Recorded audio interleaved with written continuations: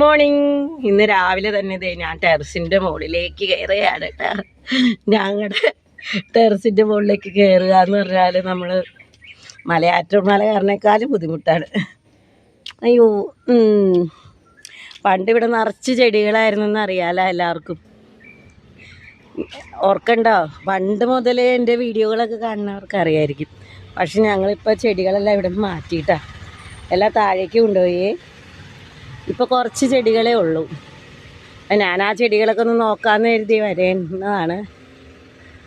ഇതാണ് എൻ്റെ 10 മണിയൊക്കെ. ഈ 10 മണിയൊക്കെ ഉണ്ട്. പിന്നെന്താ, മമ്മിയുടെ ആമ്പലുകൾ. പിന്നെ പ്രധാനമായിട്ട് ഞാനൊരു കാര്യം എടുക്കാൻ വേണ്ടി വന്നതാണ്. അപ്പോൾ ഇവിടെ ഉള്ള ചെടികളൊന്ന് നോക്കാമെന്ന് കരുതി. ഇനി എന്തൊക്കെ ടെറസിൻ്റെ മുകളിൽ അവശേഷിക്കുന്നുണ്ട്. ഞാനിങ്ങനെ ഇപ്പോൾ ആ ടെറസിൻ്റെ മുകളിൽ കയറാറില്ല. ജോലി കിട്ടിയ ശേഷം ഓഫീസിൽ പോകുന്ന തിരക്കുകൾക്കിടയിൽ ടെറസിൻ്റെ മുകളിൽ അങ്ങനെ നോക്കാറില്ല. ഇതിപ്പോൾ ഇത് വേണ്ട. ഞാൻ മുമ്പ് വീഡിയോ ചെയ്തിട്ടില്ലേ, ആ ഡ്രാഗൺ ഫ്രൂട്ടിൻ്റെ, അത് ഇത്രയായിട്ടാണ്. എനിക്കിത് കൂടുതൽ കാര്യങ്ങൾ അറിയില്ല ഡ്രാഗൺ ഫ്രൂട്ടിൻ്റെ. ഒന്ന് പറഞ്ഞ് എന്നോട്ട് അറിയാവുന്നവർ എങ്ങനെയാണിത് വളർത്തേണ്ടതെന്നും. വേണ്ട, ഇതിങ്ങനെ ഞങ്ങൾ കെട്ടി വെച്ചേക്കാണ്. പിന്നെന്താ, ഇവിടെ കാന്താരി മുളകിൻ്റെ ഇത് ഇല എടുക്കാൻ വന്നതാണ് ഞാൻ. അപ്പോൾ ഞാനൊരു എല്ലാത്തിൻ്റെയും കൂടി ഒരു വീഡിയോ എടുക്കാമെന്ന് വിചാരിച്ചു. എല്ലാ ചെടികളുടെയും പിച്ചി ഉണ്ടായിട്ട് നിൽക്കണുണ്ട. പിച്ചി എനിക്ക് ഭയങ്കര ഇഷ്ടമുണ്ട്. പിച്ചി ഞാനതുകൊണ്ട് ഇത് കളയാതെ സൂക്ഷിക്കുകയാണ്. മമ്മിയുടെ കാന്താരി കൃഷി. ഇതിലെന്താ കാരണം എന്ന് അറിയട്ടെ. നമ്മുടെ ഈ കാന്താരി അല്ല ശരിക്കും പറയാൻ എടുക്കേണ്ടത്. ഇത് വെള്ളക്കാന്താരി അല്ലേ, നമ്മുടെ ശരിക്കുള്ള പച്ച കാന്താരി മുളകില്ലേ, അതിൻ്റെ ഇല ഇത് ഒടിവും ചതവിനൊക്കെ നല്ലതാണ്.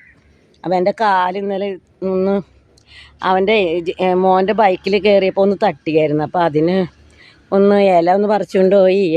ഈ കാന്താരി മുളകിൻ്റെ ഇലയും വേണം. പിന്നെ കല്ലുപ്പില്ലേ, കല്ലുപ്പും പിന്നെ കടുകും കൂടി അരച്ചാൽ ഈ 3 ഐറ്റം നമ്മുടെ വീടുകളിൽ എപ്പോഴും ഉണ്ടാകും. കാന്താരി മുളകിൻ്റെ ചെടി ഉണ്ടാകാൻ ഇപ്പം മിക്കവരുടെ വീടുകളിൽ ഉണ്ടാകാൻ സാധ്യതയില്ല.